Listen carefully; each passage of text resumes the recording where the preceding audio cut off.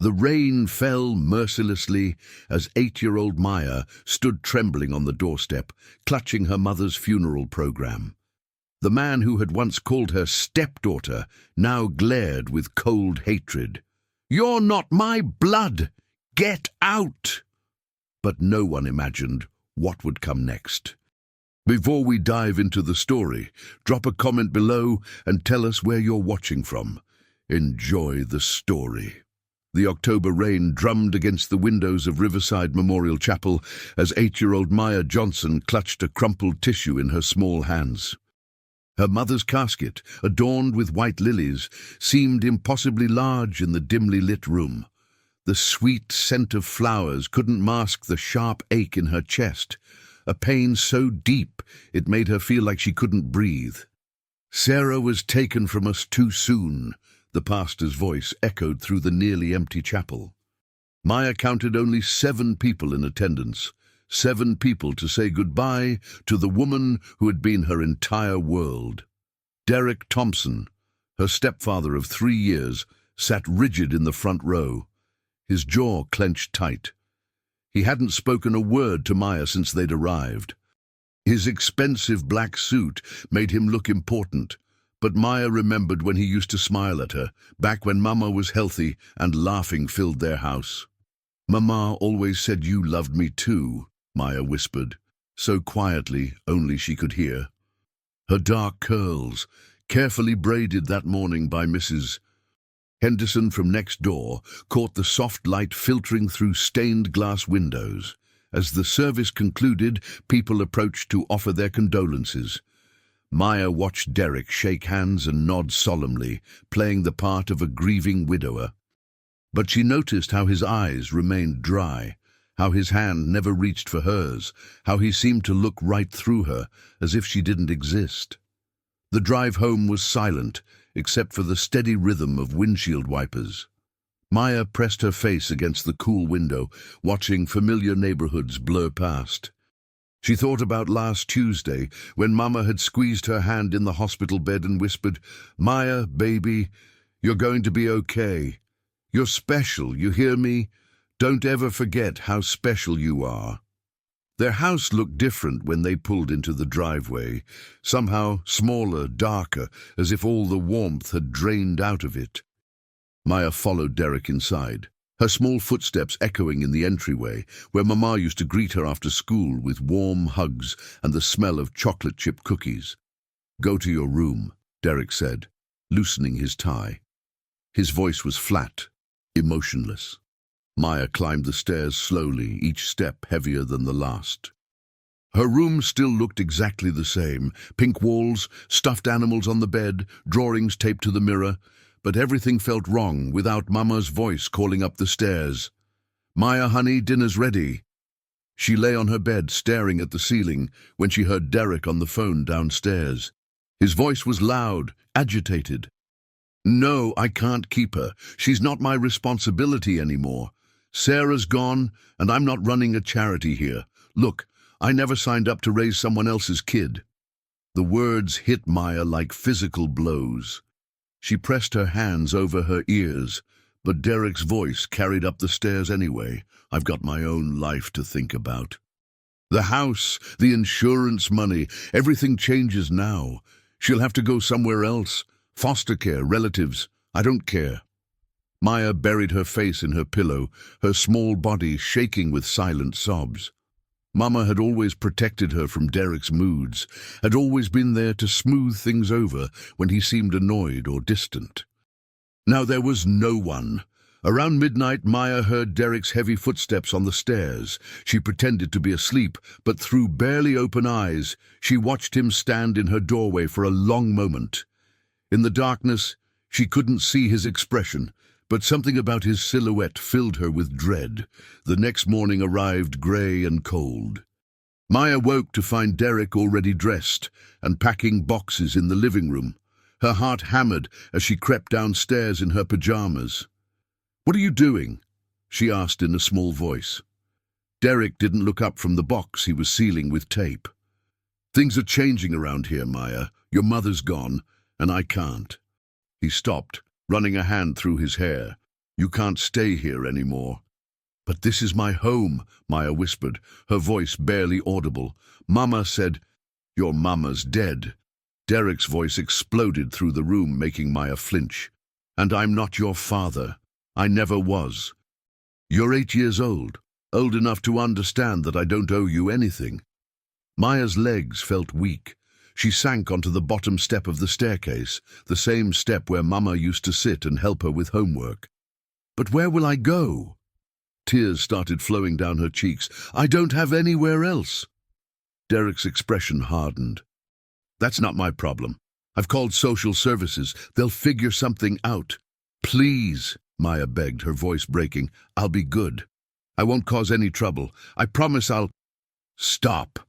Derek's voice was ice cold. "Go pack your things. Just the essentials. You've got 1 hour."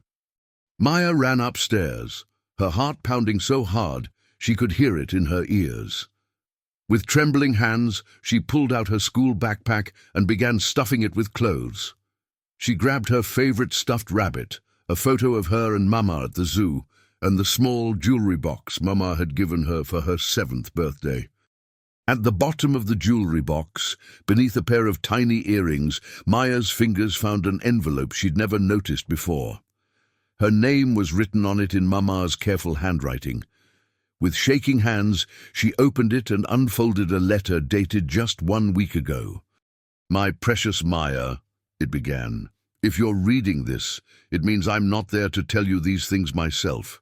Baby, there are secrets I should have shared with you, important things about who you are and where you come from. Your father, your real father, is not who you think." Maya's eyes widened as she read on, her heart pounding. The letter revealed things that made no sense, mentioned names she'd never heard, described a man who didn't know she existed. But before she could finish reading, Derek's voice boomed from downstairs. "Time's up! Let's go!" Maya quickly folded the letter and tucked it into her pocket, then shouldered her backpack. Her legs felt like jelly as she walked downstairs for the last time. Derek was waiting by the front door, keys in hand. He didn't look at her as he opened it and gestured for her to walk through. "Derek, please," Maya tried one more time, her voice small and desperate. "Mama loved you. She always said—" "Your mama's gone," Derek cut her off. "And you're not my daughter. You never were." The words hit Maya like a slap. She stood frozen on the doorstep, clutching her backpack as Derek stepped back inside. "Wait," she whispered. "Where am I supposed to go? It's getting dark and I don't know—" But Derek was already closing the door. Maya heard the lock click into place, final and unforgiving. She pressed her small hand against the wood, the same door she'd run through every day after school, calling, "Mama, I'm home." Now she stood alone on the porch as darkness settled around the neighborhood like a heavy blanket. The street lamp cast a weak yellow glow as Maya sat on the curb, her small frame shivering in the October cold. Her backpack felt impossibly heavy beside her, stuffed with the remnants of her childhood. Every few minutes, she glanced back at the house that had been her home for 3 years, hoping Derek might change his mind and open the door. But the windows remained dark, curtains drawn tight. Maya pulled Mama's letter from her pocket again, trying to read it under the dim streetlight. The words seemed to dance on the page through her tears, but she could make out fragments. "Your father is Alexander Sterling. He lives in Beacon Hill. He doesn't know about you, but Maya, you have his eyes, his musical gift." Musical gift? Maya had never thought of herself as musical. She hummed sometimes, and she'd always been drawn to the old piano in the church basement, but Mama could never afford lessons. A car's headlights swept across the street, and Maya quickly wiped her eyes, hoping it might be Derek coming back for her. But the vehicle continued past without slowing. Hours passed. Maya's stomach growled. She hadn't eaten since the small sandwich at the funeral reception. Her fingers were numb with cold, and her eyelids felt heavy.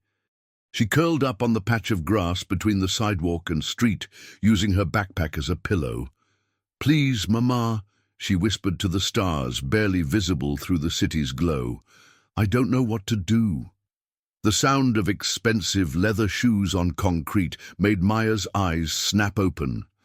A tall man in a navy coat was walking toward her, his pace slowing as he noticed her huddled form. "Hey there," the man said gently, crouching down to her level. "Are you okay, sweetheart?" Maya blinked up at him, taking in his concerned dark eyes and kind face. Even in the dim light she could tell he was young, maybe not much older than Derek, but something about him felt different, safer. "I'm fine," Maya lied, her voice barely a whisper. The man glanced around the empty street, then back at her. "It's almost midnight and it's freezing out here. Where are your parents?" Maya's chin trembled. I don't have any. What's your name, honey?" "Maya Johnson," she managed, sitting up and wrapping her arms around her knees. "I'm Alexander," the man said softly. "Alex? Maya, how long have you been out here?" "Since dinner time." Maya looked back at Derek's house. "My stepfather, he said I couldn't stay anymore." "After Mama's funeral today." Alex's expression changed, a flash of something fierce crossing his features. "He put an 8-year-old child on the street. Tonight." Maya nodded, fresh tears spilling down her cheeks. "He said I'm not his responsibility anymore, that Mama's gone and he doesn't owe me anything." Alex was quiet for a long moment, and Maya worried she'd said something wrong, but when he spoke again, his voice was gentle. "Maya, I can't leave you out here alone. It's not safe, and you'll freeze. I have a car right around the corner. Would you let me take you somewhere warm? Maybe we can figure this out together." Maya hesitated. Mama had always taught her not to go with strangers, but Mama had also said to trust her instincts about people, and something about Alex felt right. His eyes reminded her of someone, though she couldn't place who. "You won't hurt me?" she asked in a tiny voice. "I promise," Alex said solemnly. "I just want to help." Maya nodded and gathered her backpack. Alex stood and extended his hand, which she took with her small, cold fingers. His hand was warm and steady, and for the first time in hours, Maya felt a flicker of hope. Alex's car was unlike anything Maya had ever seen, sleek and silver, with leather seats that were heated. As they drove through the quiet city streets, Maya stared out the window at the tall buildings and wondered where they were going. "Are you taking me to the police?" she asked nervously. "Not tonight," Alex said quietly. "You've been through enough today. I have a guest room at my place. You can get warm, get some food, and we'll figure out the next steps in the morning. Does that sound okay?" Maya nodded, exhaustion finally catching up with her. The car's warmth and the gentle hum of the engine made her eyelids heavy. When she woke up, they were parked in front of a beautiful brownstone building with warm light glowing from the windows. Maya had never seen anything so elegant. Tall windows, intricate stonework, and a garden that even in October looked carefully maintained. "This is where you live?" Maya asked in wonder. "It is," Alex smiled. "Come on, let's get you inside." The interior took Maya's breath away. High ceilings, rich wood floors, and furniture that looked like it belonged in a museum. But it wasn't cold or unwelcoming. There were soft throws on the couches, books scattered on side tables, and family photos on the mantel. "Are you hungry?" Alex asked, hanging up his coat. Maya's stomach answered for her with a loud growl, making her blush. Alex chuckled softly. "I'll take that as a yes. How about some soup and grilled cheese?" As Alex moved around the kitchen with practiced ease, Maya perched on a stool at the marble island, still clutching her backpack. The kitchen was bigger than Derek's entire living room, with gleaming appliances and windows that looked out onto the garden. "So, Maya," Alex said as he stirred soup on the stove, "tell me about your mama. What was she like?" Maya's face lit up, despite her exhaustion. She was the best mama in the world. She used to sing to me every night before bed, and she made the most amazing pancakes on Saturday mornings. She worked really hard, 2 jobs, but she always made time for me. She sounds wonderful, Alex said softly. I'm so sorry you lost her. She got sick really fast, Maya continued, her voice growing quiet. The doctor said it was her heart. She tried to hide it from me, but I could tell she was scared. Alex placed a steaming bowl of chicken soup in front of Maya, along with a perfectly golden grilled cheese sandwich cut into triangles. Maya couldn't remember the last time food had looked so appealing. Thank you, she whispered, taking a careful sip of the soup. It was delicious, rich and warming, nothing like the canned soup Derek sometimes heated up. As Maya ate, Alex sat across from her, occasionally asking gentle questions about school, her friends, her life with Derek. Maya found herself talking more than she had in weeks, something about Alex making her feel safe enough to share. Derek wasn't always mean, she explained between bites of sandwich. When he first married Mama, he used to bring me little gifts and help with homework, but then he started working later, and Mama got sick and he seemed angry all the time. That must have been really confusing for you, Alex said. Maya nodded. Mama kept saying he was just stressed about money and her being sick. She made me promise to be patient with him. Her voice cracked. But after the funeral, it was like he couldn't even look at me. Maya, Alex said gently, what your stepfather did tonight was wrong. Adults are supposed to take care of children, not abandon them on the street. Maya finished her soup and looked around the beautiful kitchen, reality starting to sink in. Will you take me to the police tomorrow, or social services?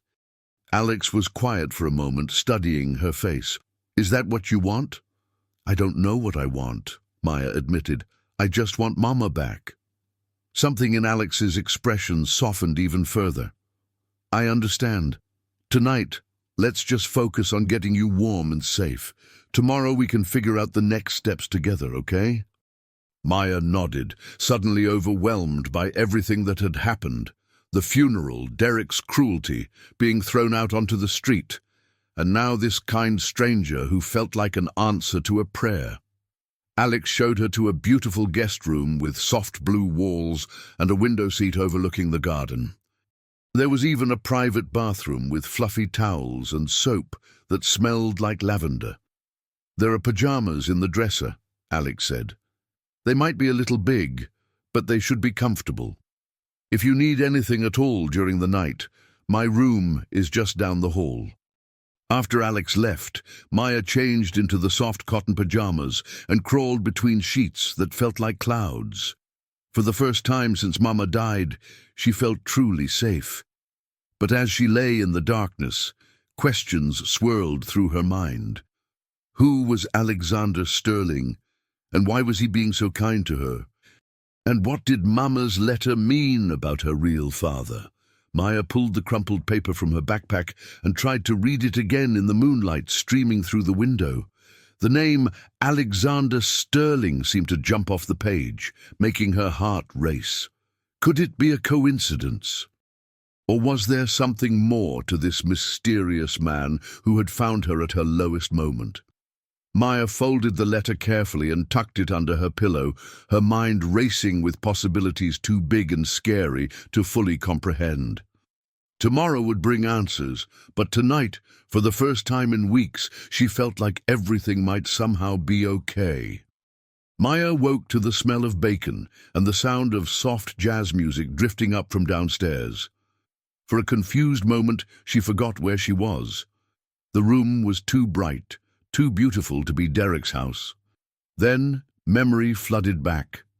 The funeral, the street, Alex's kind eyes in the lamplight.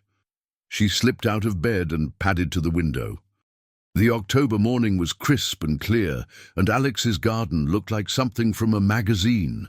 Carefully arranged flowers still blooming despite the season, a small fountain in the center, and a bench positioned perfectly to catch the morning sun. Maya found her way downstairs, following the delicious smells and the music. Alex was at the stove, still in pajamas and a robe, his hair slightly mussed from sleep. He looked younger this way, more approachable. "Good morning, sleepyhead," he said with a warm smile. "I hope you slept okay?" "Better than I have in weeks," Maya admitted, climbing onto the same stool she'd occupied the night before. "Thank you." Alex placed a plate in front of her. Fluffy pancakes with fresh strawberries, crispy bacon, and a glass of orange juice. Maya's eyes widened. "This is too much," she said softly. "You don't have to—" "Maya," Alex interrupted gently. "When was the last time you had a proper breakfast?" Maya thought about it. Since Mama got really sick, meals had become erratic. Derek usually left cereal or toast for her before work, if he remembered at all. "I can't remember," she admitted. Alex's jaw tightened almost imperceptibly. "Well, then we're starting a new tradition. Proper breakfasts are important." As Maya ate, Alex sat across from her with his coffee, and she noticed him studying her face intently. "Maya," he said carefully, "I was wondering, do you know anything about your biological father? Your real father, I mean, not your stepfather." Maya nearly choked on her pancake. Her hand instinctively went to her pocket, where Mama's letter lay folded. "Why do you ask? It's just. You remind me of someone, and if you have family out there, people who might want to take care of you." Maya's heart pounded. Should she tell him about the letter? About the name that might not be a coincidence? "Mama never talked about him much," she said carefully. "She said he didn't know about me." Alex nodded slowly. "That happens sometimes. But Maya, if there's any information at all, a name or where he might live, it could change everything for you." The weight of the letter in her pocket felt enormous. Maya took a deep breath and pulled it out, her hands shaking slightly. "Mama left me this," she whispered. "I found it yesterday, right before Derek made me leave." Alex's eyes fixed on the letter, and Maya saw something flicker across his face. Surprise, recognition, hope. "Would you like me to read it with you?" he asked gently. "Sometimes these things are easier when you're not alone." Maya nodded and handed him the letter. Alex unfolded it carefully, his eyes scanning the familiar handwriting. Maya watched his face change as he read, saw his breath catch, saw his hand start to tremble. "Alex?" Maya asked nervously. "What does it say?" Alex looked up at her, and his eyes were bright with unshed tears. "Maya, this letter, your mother mentions a name, Alexander Sterling." "I know," Maya whispered. "That's your name." "Yes, it is." Alex's voice was barely audible. "Maya, I think. I think your mother and I knew each other a long time ago." Maya's heart hammered against her ribs. "What do you mean?" Alex stood and walked to the window, running a hand through his hair. When he turned back to Maya, his expression was a mixture of wonder and disbelief. "9 years ago, I dated a woman named Sarah Johnson. We were together for about 6 months, and I loved her. But her family disapproved of our relationship. I was from a wealthy family, and they thought I was just playing around, that I'd break her heart and move on." Maya's eyes grew wide. "Mama's name was Sarah Johnson." "I know," Alex said softly. "Maya, your mother broke up with me suddenly. She said her family was right, that we came from different worlds, that it would never work. I tried to contact her for months, but she'd moved and changed her number. I never saw her again." "But if you dated her 9 years ago, and I'm 8. Maya's young mind worked through the math, her eyes growing enormous. Alex nodded slowly. "Maya, I think there's a very good chance that I'm your father."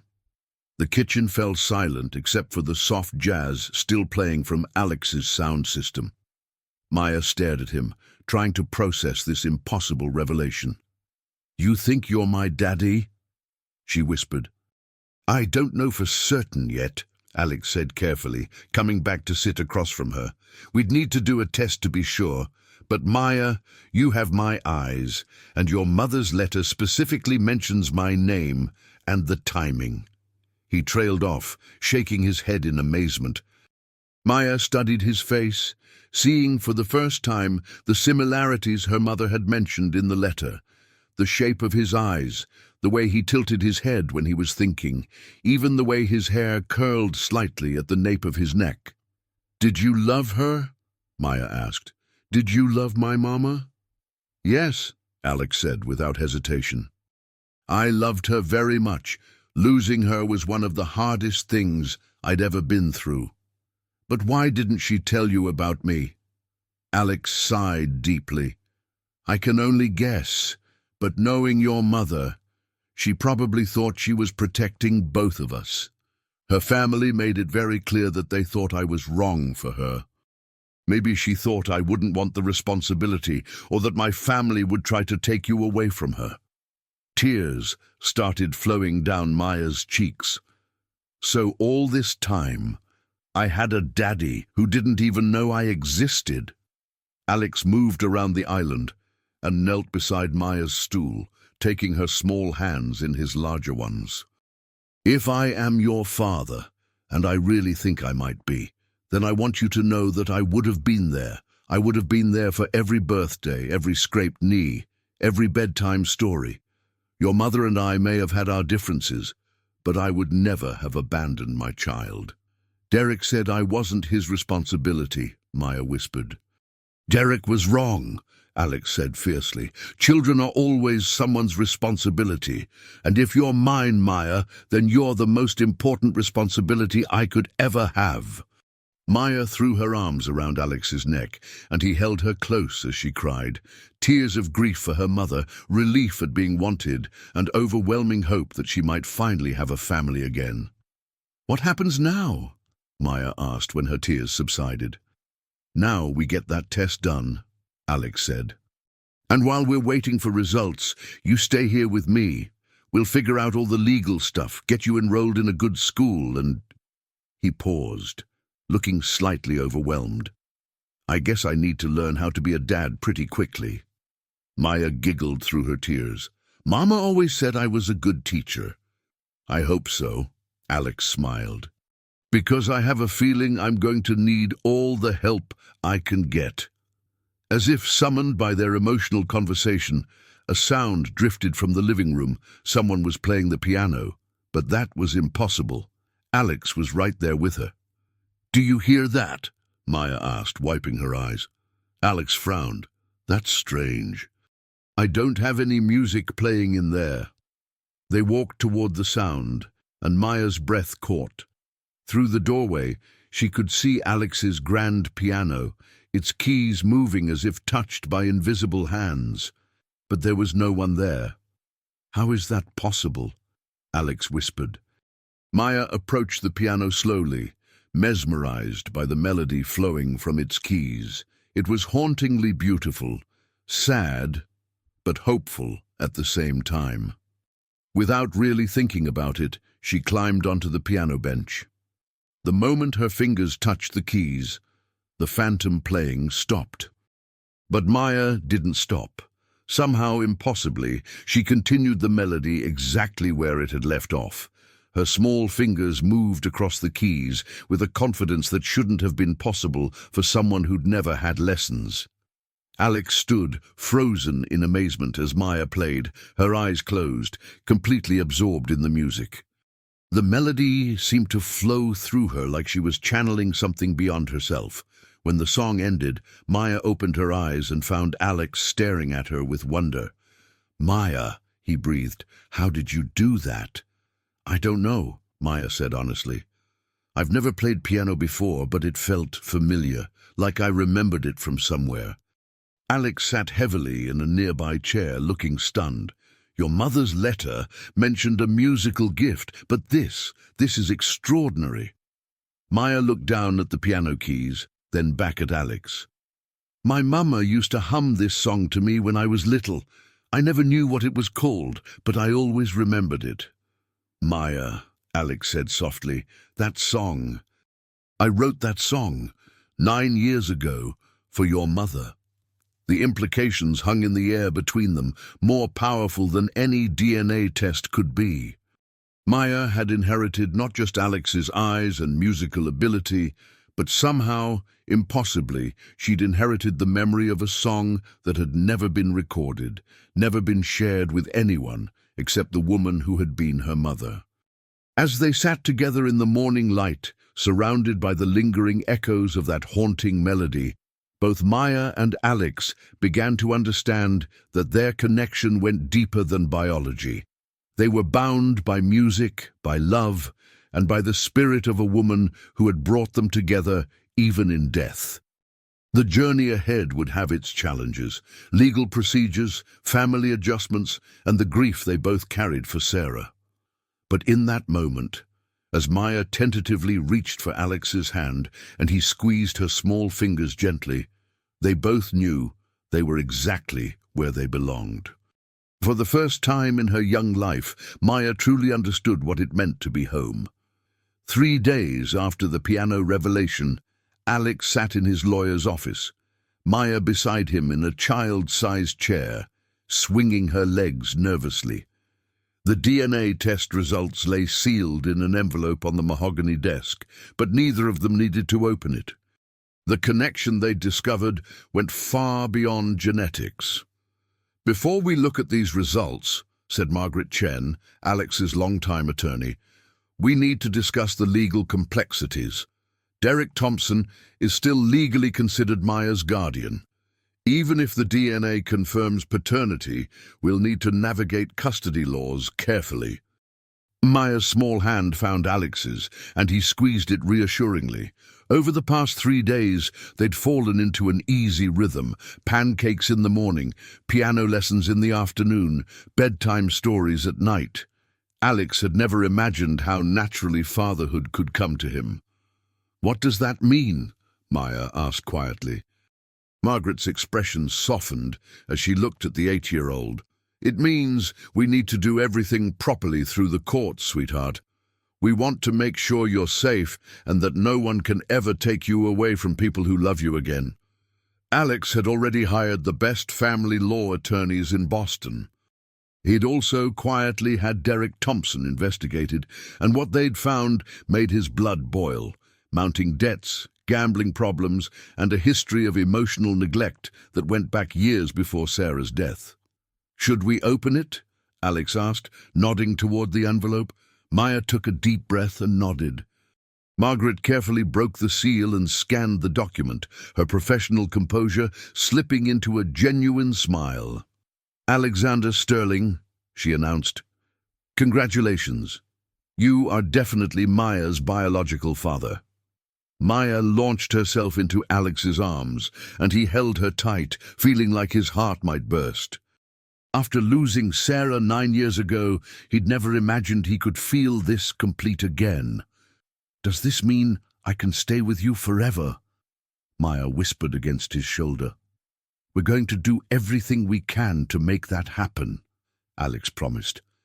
But their celebration was interrupted by Margaret's phone buzzing urgently.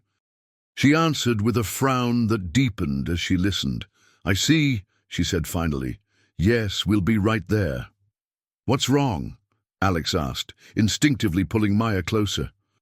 "Derek Thompson just filed an emergency custody petition. He's claiming you kidnapped Maya and that he was only temporarily overwhelmed by grief when he asked her to leave. He wants her back immediately." Maya's face went pale. "No," she whispered. "Please, I can't go back there. He hates me." Alex stood, his jaw clenched with fury. "Over my dead body." "Alex," Margaret warned, "we need to handle this carefully. He has legal standing as her former guardian, even if we know the truth about what happened." Within an hour, they were in family court, facing a judge who looked skeptical of everyone involved. Derek sat across the aisle with his own attorney, and Maya noticed he'd cleaned up for court. Expensive suit, freshly cut hair, the picture of a concerned stepfather. "Your Honor," Derek's lawyer began. "My client was clearly in shock after his wife's sudden death. He made a momentary error in judgment, but Mr. Thompson deeply regrets his actions and wants to provide a stable home for Maya." Alex watched Derek perform his role perfectly, dabbing his eyes with a tissue, speaking in a broken voice about how much he missed Sarah and wanted to honor her memory by caring for her daughter. "And you, Mr. Sterling?" The judge turned to Alex. "You've known this child for less than a week, yet you're claiming paternity?" "We have DNA results, Your Honor," Margaret replied, sliding the document across the bench. "Mr. Sterling is definitely Maya's biological father." The judge reviewed the paperwork while Maya sat between Alex and Margaret, trying to be brave, but clearly terrified. Alex wanted to scoop her up and run, to protect her from this system that seemed designed to hurt rather than help children. "The DNA is conclusive," the judge acknowledged. "However, Mr. Sterling, you've had no relationship with this child her entire life. Mr. Thompson, despite his recent lapse in judgment, has been her guardian for 3 years. "Your Honor," Alex stood, unable to contain himself any longer. "This man threw an 8-year-old child onto the street in the middle of the night. On the day of her mother's funeral, Maya was sitting on a curb at midnight when I found her." "That's an exaggeration," Derek's lawyer protested. "My client simply needed time to process his grief. He told her she wasn't his responsibility anymore." Alex continued, his voice rising. "He said she wasn't his daughter and that he didn't owe her anything." Maya tugged on Alex's sleeve. "Alex," she whispered, "I want to tell the judge something." Alex looked at Margaret, who nodded. "Your Honor, Maya would like to speak for herself." The judge leaned forward. "Maya, you understand this is very serious, right? I need you to tell me the truth about what happened." Maya stood on shaky legs, her voice barely audible. "Derek didn't want me anymore after Mama died. He said mean things and made me pack my stuff. When I asked where I was supposed to go, he said it wasn't his problem." "And how do you feel about Mr. Sterling?" the judge asked gently. Maya's face lit up despite her fear. "Alex takes care of me. He makes me breakfast and helps me with my homework, and he's teaching me to play piano. He never yells at me or makes me feel bad about missing Mama." "I see." The judge was quiet for a long moment, reviewing the case files. "This is highly unusual. Mr. Thompson, can you explain why you've suddenly decided you want custody back?" Derek shifted uncomfortably. "I've been seeing a grief counselor, Your Honor. I realize I made mistakes, but I loved Sarah, and I want to honor her wishes by raising Maya." But Alex had done his homework. He nodded to Margaret, who produced a folder thick with documentation. "Your Honor, we'd like to submit evidence of Mr. Thompson's financial situation and fitness as a guardian." The next hour was brutal as Margaret methodically presented evidence of Derek's gambling debts, his failure to provide adequate care for Maya even before Sarah's death, and witness statements from neighbors who had heard him screaming at the child. Through it all, Maya sat quietly, occasionally reaching for Alex's hand when the testimony became too frightening. Alex marveled at her strength, 8 years old and facing down a courtroom full of adults fighting over her future. Finally, the judge called for a recess. In the hallway, Derek approached Alex with a smirk that made Alex's hands clench into fists. "You think your money makes you better than me?" Derek hissed quietly, making sure no lawyers could hear. "That kid's been nothing but trouble since day one. Sarah spoiled her rotten." "Stay away from us," Alex warned.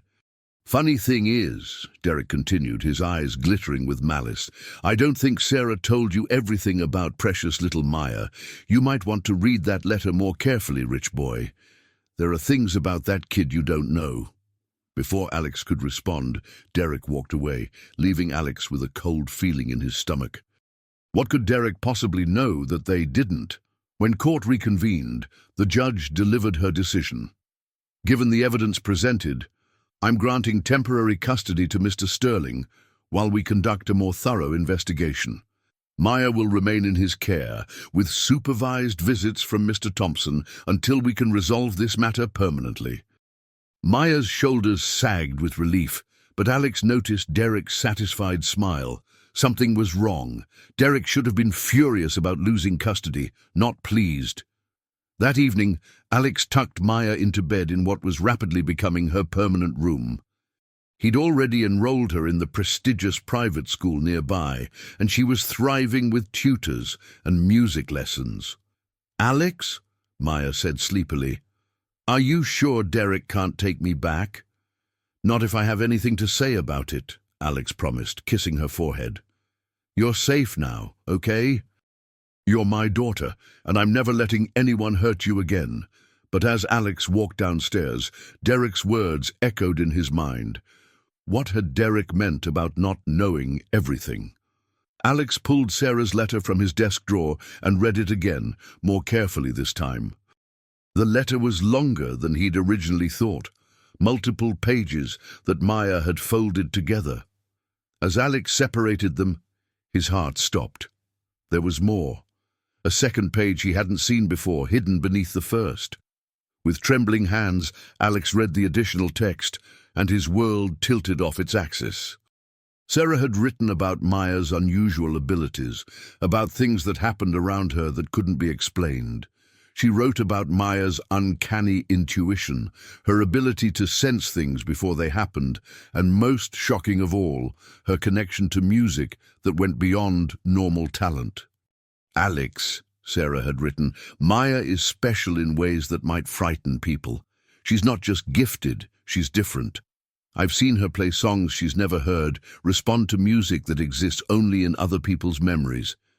I don't understand it, but I know that in the wrong hands, someone might try to exploit her gifts or worse, try to convince the world that she's dangerous. Please protect our daughter. She's going to need someone who believes in magic." Alex sank into his chair, pieces of a larger puzzle starting to fall into place. Maya's piano playing, her instant connection to a song he'd never shared with anyone, the way she seemed to know things she shouldn't know, and Derek Thompson somehow knew about it.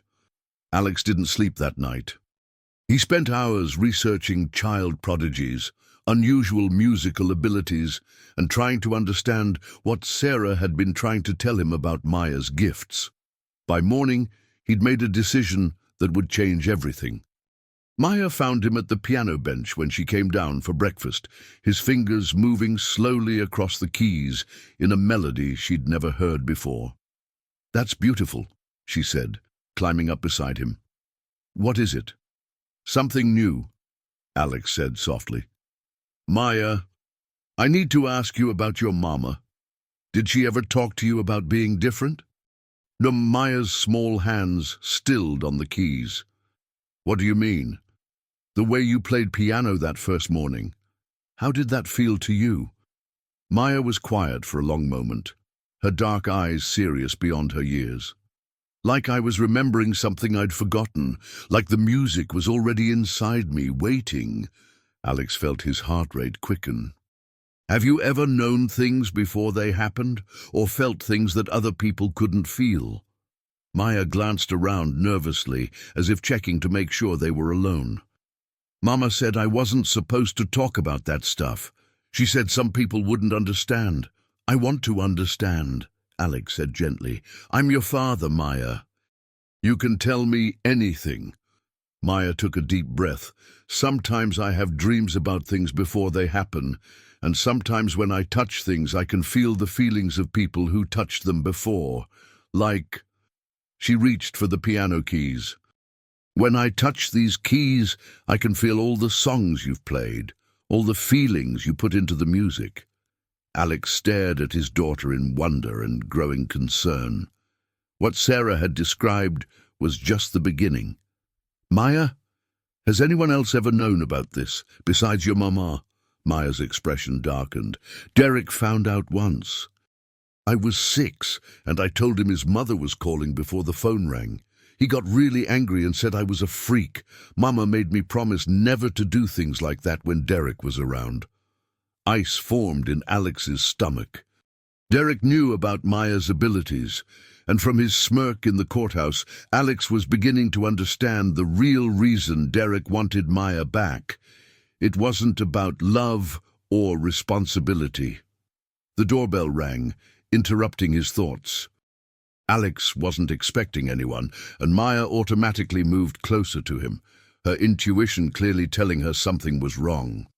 Through the peephole, Alex saw two people in expensive suits, a middle-aged woman with steel-grey hair and a younger man with calculating eyes. "Mr. Sterling," the woman called through the door. "My name is Dr.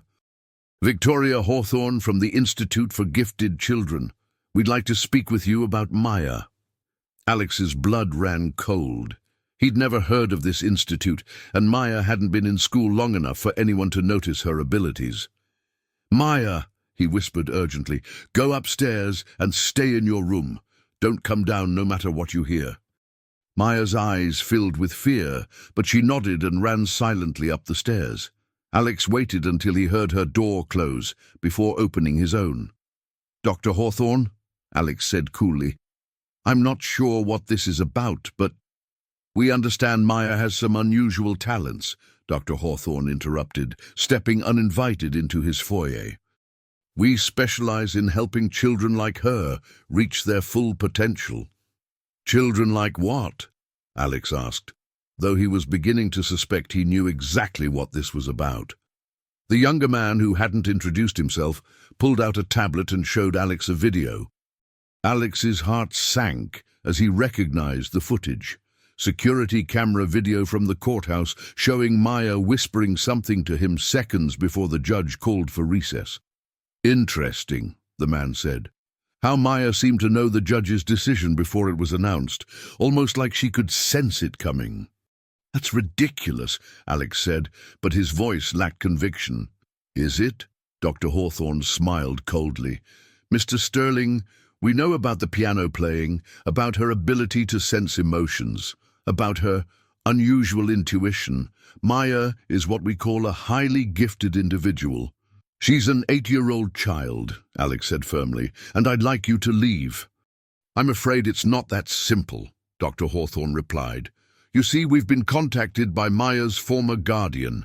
Mr. Derek Thompson is very concerned about her welfare in your care." Alex felt the trap closing around them. "Derek Thompson threw Maya onto the street. He has no legal right—" "Actually," the younger man interrupted, "Mr. Thompson has retained our legal services. He's filed a new petition claiming that you're exploiting Maya's abilities and that she needs specialized care that only our institute can provide." "Over my dead body," Alex snarled. "That can be arranged, Doctor," Hawthorne said pleasantly, and Alex realized he was dealing with people far more dangerous than Derek Thompson. From upstairs came a sudden crash, followed by Maya's scream. Alex bolted toward the staircase, but the younger man grabbed his arm. "I wouldn't," he warned. "Our associates are very thorough." Alex broke free and ran upstairs, taking the steps 3 at a time. Maya's bedroom door was open, and 2 large men in black suits were trying to restrain his terrified daughter. "Get away from her!" Alex roared, launching himself at the nearest man. What happened next defied all logic. As soon as the man's hands touched Maya, every piece of glass in the room shattered simultaneously. The window, picture frames, even the light bulbs exploded in a shower of sparks and crystal. The men stumbled backward, blood streaming from cuts on their faces, and Maya collapsed on the floor, unconscious. "Fascinating, Doctor," Hawthorne said from the doorway, apparently unbothered by the destruction around them. "Much stronger than we anticipated." Alex knelt beside Maya, checking her pulse and breathing. She was alive, but completely drained, as if whatever had just happened had taken everything out of her. "What do you want?" Alex asked, his voice deadly quiet. "Maya's full potential," Dr. Hawthorne replied. "Children with abilities like hers are extraordinarily rare. With proper training and motivation, she could be incredibly valuable." "Valuable to who?" Dr. Hawthorne's smile was predatory. Let's just say there are people willing to pay substantial amounts for access to genuine psychic abilities. Corporate espionage, political intelligence, finding lost objects of value. The applications are endless. Alex felt sick. They wanted to turn his 8-year-old daughter into a tool, a weapon. "Never," he said. "Mr. Sterling, you misunderstand. This isn't a negotiation. Derek Thompson has signed affidavits stating that Maya is dangerous and unstable. The court will have no choice but to award custody to our institute for the safety of the public." As if summoned by her name, Maya's eyes fluttered open. She looked around at the destroyed room, then up at Alex with tears streaming down her face. "I'm sorry," she whispered. "I couldn't control it. They were hurting you and I got so scared." "Shh," Alex soothed, gathering her into his arms. "You didn't do anything wrong." But Dr. Hawthorne was already on her phone. "Yes, we'll need the emergency custody order immediately. The child just demonstrated violent psychokinetic episodes. She's clearly a danger to herself and others." Alex realized they'd been set up from the beginning. Derek hadn't wanted Maya back out of love or even greed. He'd made a deal with these people, probably sold information about Maya's abilities in exchange for money to pay his debts. "Maya," Alex whispered urgently, "do you trust me?" She nodded without hesitation. "Then hold on tight." Alex scooped Maya up and ran for the window. It was a 2-story drop to the garden below, but he'd rather risk the fall than let these people take his daughter. "Stop them!" Dr. Hawthorne shouted. But as the men moved toward them, Maya raised her small hand, and every electronic device in the house went dead. Lights, security system, phones, everything. In the confusion and darkness, Alex smashed through the already cracked window and jumped. They landed hard in the garden, Alex taking the brunt of the impact. His shoulder screamed with pain, but Maya seemed unharmed. She was conscious but weak, the effort of using her abilities clearly exhausting her. "Can you walk?" Alex asked. Maya nodded, though she leaned heavily against him. They made it to Alex's car, but as he started the engine, he saw Dr. Hawthorne and her team pouring out of the house. "Where are we going?" Maya asked, as Alex tore out of the driveway. "Somewhere safe," Alex promised, though he honestly had no idea where that might be. These people clearly had resources, connections, legal authority. How could he protect Maya from an entire organization? As they drove through the city, Maya fell asleep against his shoulder, emotionally and physically drained. Alex's mind raced, trying to formulate a plan. Margaret Chen would help, but legal channels might not be enough against people willing to break into his home and kidnap a child. Then Alex remembered something Sarah had written in her letter, something about people who might try to exploit Maya's gifts. Sarah had been protecting their daughter from this exact scenario for years, which meant Sarah might have left more than just a letter. She might have left instructions, resources, a plan for keeping Maya safe. Alex pulled into a parking garage and called Margaret Chen from a burner phone he kept in his glove compartment. "Alex, where are you?" Margaret's voice was frantic. "Derek Thompson just got an emergency custody order. He's claiming Maya attacked several people and destroyed property. There are warrants out for both of you." "Margaret, I need you to get into my safety deposit box at First National, box 247. There should be some papers from Sarah Johnson. Look for anything about protecting Maya." "Alex, you need to turn yourselves in. Running will only make this worse." "They want to use her, Margaret, turn her into some kind of psychic spy." "I can't let that happen." There was a long pause. "How long do you need?" 24 hours. Find those papers and find a way to expose these people before they can disappear Maya into their system forever." Alex hung up and looked down at his sleeping daughter. She looked so small, so innocent, so... It seemed impossible that anyone could see her as a threat or a tool to be exploited. But as Maya stirred in her sleep, the car radio spontaneously turned on, tuning itself to a soft jazz station. Even unconscious, her abilities were manifesting. Alex finally understood the weight of responsibility Sarah had carried all those years, keeping Maya's secret, protecting her from a world that would never understand what she truly was. Now it was his turn to be her shield, even if it meant becoming a fugitive from the very system that was supposed to protect children. The radio played softly as Alex drove toward an uncertain future, determined to keep his promise to Sarah and to the remarkable little girl sleeping trustingly beside him. Tomorrow would bring the final confrontation. Tonight, he would simply hold on to his daughter and prepare for the fight of their lives. Alex drove through the night while Maya slept fitfully beside him, occasionally murmuring in her dreams. Every few hours, streetlights would flicker as they passed, or the car radio would change stations on its own. Even in sleep, Maya's abilities were active, responding to her emotional state. By dawn, they'd reached a small cabin in New Hampshire that Alex had bought years ago as a writing retreat. It was isolated, off the grid, and most importantly, not registered under any name these people could easily trace. Maya woke as Alex carried her inside, her dark eyes immediately alert and worried. "Are we safe?" she asked. "For now," Alex said, settling her on the couch and wrapping her in a blanket. "Maya, I need to ask you something important. Did your mama ever give you anything to keep safe? Maybe something she said to hide until you really needed it?" Maya thought for a moment, then reached into her backpack and pulled out the small jewelry box Alex had seen her pack that terrible night at Derek's house. She opened it and carefully removed a false bottom Alex hadn't noticed before. Inside was a key and a folded piece of paper with an address. "Mama said if anything ever happened to her, and if bad people tried to hurt me because of what I can do, I should go to this place," Maya explained. "She said there would be people there who would understand." Alex looked at the address.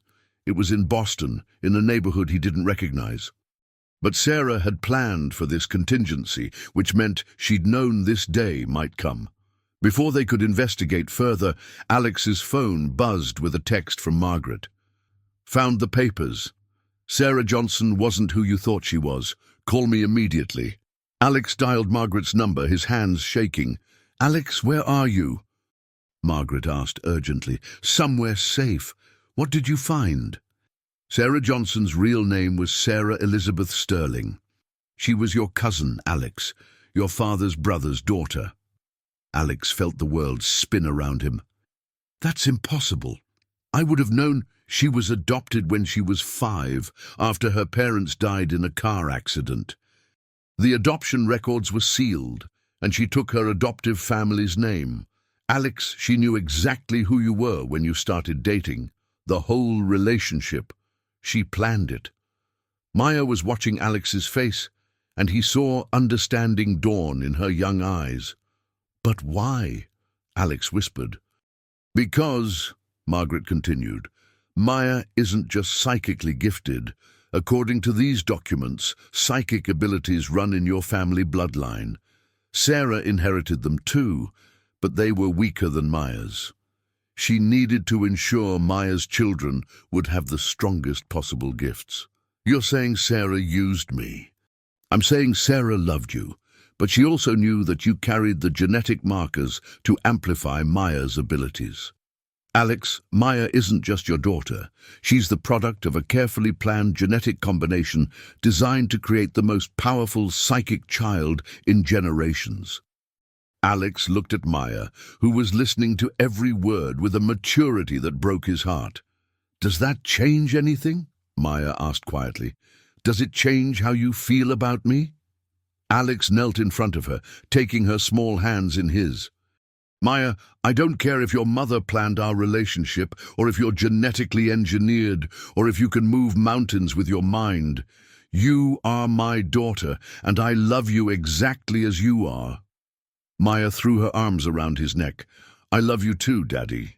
The word hit Alex like a physical blow, the first time Maya had called him that. Whatever Sarah's motivations had been, whatever complicated genetics had brought Maya into existence, the love between them was real and unshakable. Margaret's voice interrupted the moment. "Alex, there's more." Sarah left detailed instructions about a network of people, other psychically gifted individuals and their families. They've been protecting each other for decades. The address Maya has. It's a safe house. Within an hour, they were driving toward Boston. The address led them to an unassuming brownstone in Back Bay, indistinguishable from its neighbors, except for a small symbol carved into the doorframe, a musical note intertwined with an eye. Alex knocked, and the door was answered by an elderly woman with silver hair and the same intelligent dark eyes that Maya possessed. "You must be Maya," the woman said softly. "I'm Eleanor. I was your grandmother's friend. We've been waiting for you." Inside, Alex discovered an entire community he'd never known existed. The house was full of people of all ages, each with their own unique gifts. A teenage boy who could see glimpses of the future, a middle-aged woman who could heal with touch, an elderly man who could communicate with animals. "Your mother brought you here when you were 3, Eleanor explained to Maya as they sat in the comfortable living room. "We tested your abilities and realized you were extraordinary, even among our kind." "Tested how?" Alex asked. Eleanor smiled and gestured to an old piano in the corner. "Maya, would you play something for us?" Maya looked nervous but walked to the piano. As her fingers touched the keys, something magical happened. The instrument didn't just produce music, it created colors in the air, swirling patterns of light that danced above the keys in response to the melody. The entire room gasped, but not in fear, in wonder. "Synesthetic psychokinesis," Eleanor breathed. "She doesn't just hear music, she sees and creates it as light and energy. I've never seen anything like it." Alex watched his daughter play, seeing her fully for the first time. This wasn't just a gifted child. This was something unprecedented, something that would change everything they understood about human potential. "She's not dangerous," Alex said firmly. "She's magnificent." "Yes," Eleanor agreed. "Which is exactly why people like Dr. Hawthorne want to control her. Maya represents evolution, Alex. She's what humanity could become." Over the next few hours, Alex learned about the Institute for Gifted Children, a front organization that kidnapped psychic children and trained them as weapons for the highest bidder. They'd been hunting children like Maya for decades. "But we've been fighting them just as long," Eleanor said. "Your mother, Sarah, was one of our most dedicated protectors. She sacrificed her own happiness to ensure Maya would be safe." "What do you mean?" Eleanor pulled out an old photograph, Sarah as a young woman, standing with a group of people in front of the same brownstone. Sarah had abilities too, but they came with a price. The stronger her psychic gifts became, the more they drained her physically. She knew that having Maya would accelerate the process, that the pregnancy and birth would likely kill her eventually. Alex stared at the photograph, pieces of the puzzle finally falling into place. Her heart condition was caused by years of using her abilities to protect other gifted children. Sarah knew she was dying long before Maya was born, but she also knew that Maya would be worth any sacrifice. Maya had stopped playing and was listening intently. "Mama died because of me." "No, sweetheart," Eleanor said firmly. "Your mama died because she chose love over safety. She chose to bring you into the world and to spend her last years making sure you'd be protected. That's not your fault. That's the greatest gift any parent can give." Alex pulled Maya close, finally understanding the full scope of what Sarah had done. She'd orchestrated their entire relationship, planned Maya's conception, and spent the last 8 years preparing for this moment, when Maya would need the community and protection that only this hidden family could provide. "So what happens now?" Alex asked. "Now we make sure, Doctor. Hawthorne and her organization can never touch Maya. Eleanor said firmly. "We have lawyers, resources, and most importantly, we have documentation of everything they've done to other children. It's time to bring them down." The next week was a whirlwind of legal battles, media exposure, and carefully orchestrated revelations. Margaret Chen, working with Eleanor's network of lawyers, exposed the Institute for Gifted Children as a human trafficking operation. Derek Thompson was arrested for conspiracy and child endangerment. Dr. Hawthorne disappeared, but her organization collapsed under the weight of public scrutiny.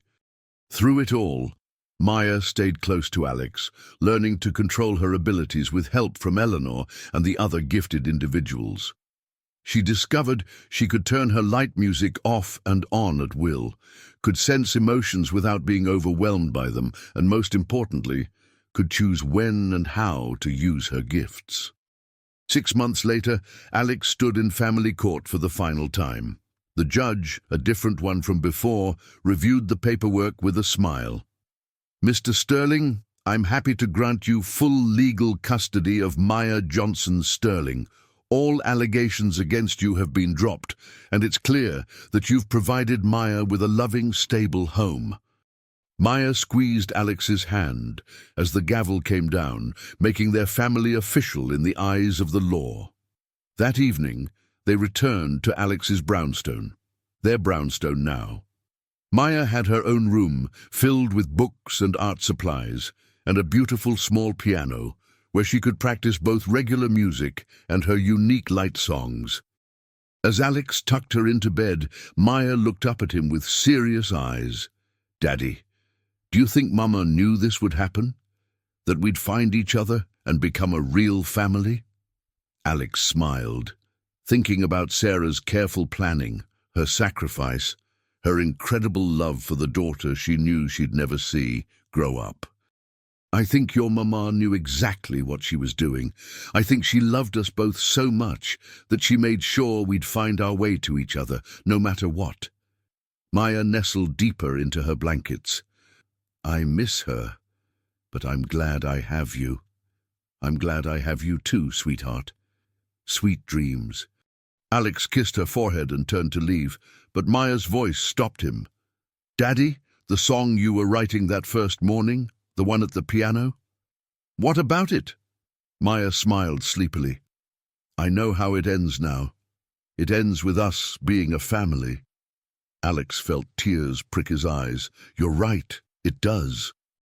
As he walked downstairs, Alex could hear Maya humming softly, and tiny points of light danced across her bedroom ceiling like musical stars.